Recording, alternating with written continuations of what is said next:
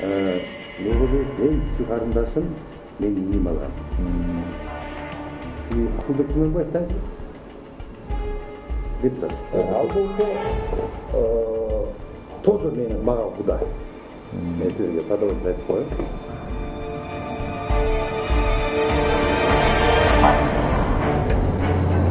Алтынбек, бұл тура емес дедім. Мен саған гарантия берем дедім. Bir gün одан жұмыстан кетпесең дедім. Еш үшін істей тұрған болсаң дедім. Алтынбекке оқытын айттым Алтынбек бүгін. Мен прямо өте жаққа далаш кетем дедім. Қыдышан ешке далаш кетем дедім. Мына мен товар ташимын. Мына Оштағы терминалдар бүт менікі. Мына менікі еште менікі.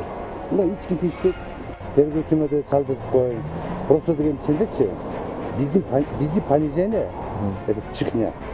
Саға барсын. Осындай болса, қандай қылып любой емені бүтіркісін емес бар.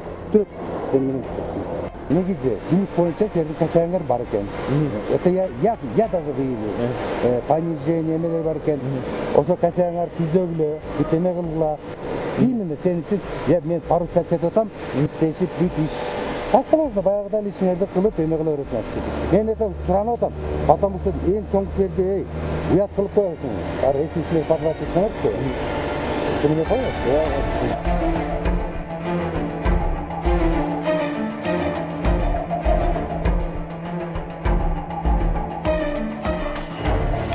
Старший следователь по особым делам. Вы подозреваете в совершении преступления, предусмотренным Уголовным кодексом, по сдаче взятки. Вы только что осуществили передачу денег за положительное решение по расследованию уголовного дела.